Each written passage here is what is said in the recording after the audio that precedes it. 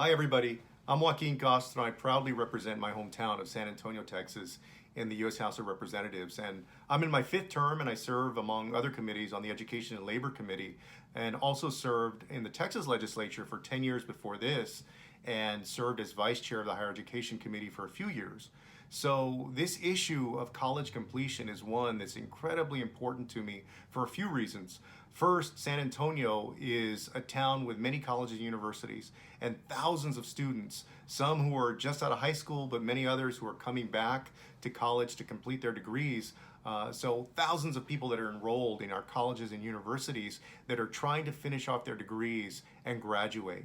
And also, because over the years, as I worked on these higher education issues, I noticed something that for me was really quite disturbing, which is we focused a lot of our attention on opening the doors of higher education, of colleges and universities, to communities over the years, and have done a pretty good job of that, or at least better than we had decades ago.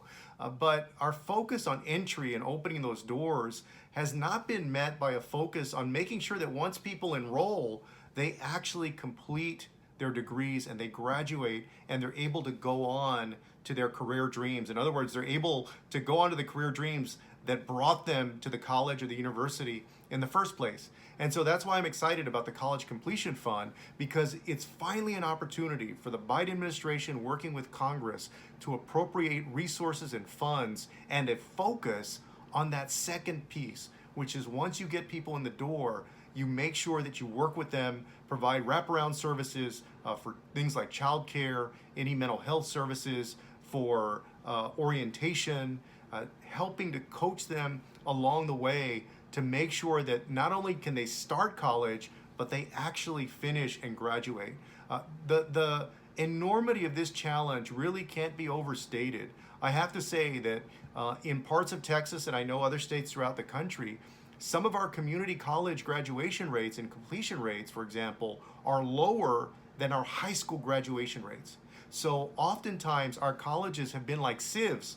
There are a lot of folks that go in, but only a fraction or percentage, at some places 15%, that actually end up completing. So I see this College Completion Fund as an opportunity to do right by these folks who are earnestly trying to make it and finish their degrees, complete their degrees, but they face things like the work school tug of war. So many of our students are in this work school tug of war where they don't make enough money to where they're able to say, well, I'm just not going to go to college because I'm set for the rest of my life. So they're trying to improve their situation and get a degree and go on to their dream. But like I said, they don't have enough money, so they're having to work. They're working 10 hours, 20 hours, some of them trying to work full time. And ultimately, what I've seen over the years is that too often work wins out, and people's dreams of becoming a nurse or a doctor or an engineer or whatever it may be, whatever their dream is, that dream ultimately gives way to the immediacy of having to put food on the table for themselves, oftentimes for their families, or helping out other families with costly things. And so this will help end the work school tug of war. It'll go a long way in ending the work school tug of war. I think it's also going to be helpful in making sure that we focus on best practices. I know that that's a term that's thrown around a lot in different policy discussions, best practices.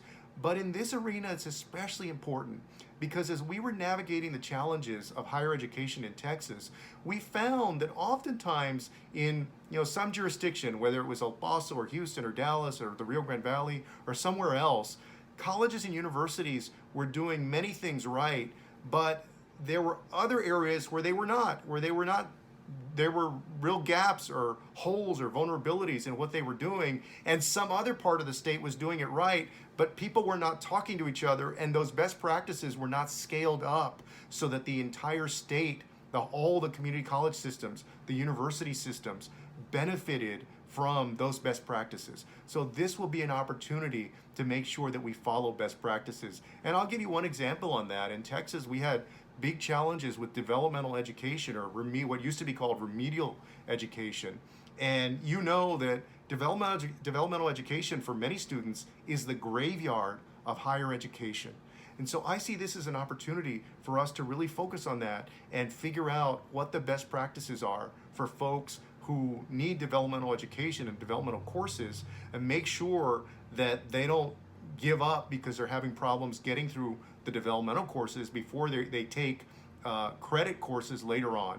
And so that's one of the challenges that I think that this can help take on, is working with the colleges and universities on scaling up and adopting best practices as well. So I'm really excited about it. I hope that you can tell this is an issue and an area that I've spent so many years working on, is getting students to college, but also getting them to graduate. And I know that for each of you, your work and your passion is equally matched with mine. So thank you for everything that you're doing. I'm going to be working really hard to make sure that we're successful in getting the College Completion Fund done. Take care, y'all.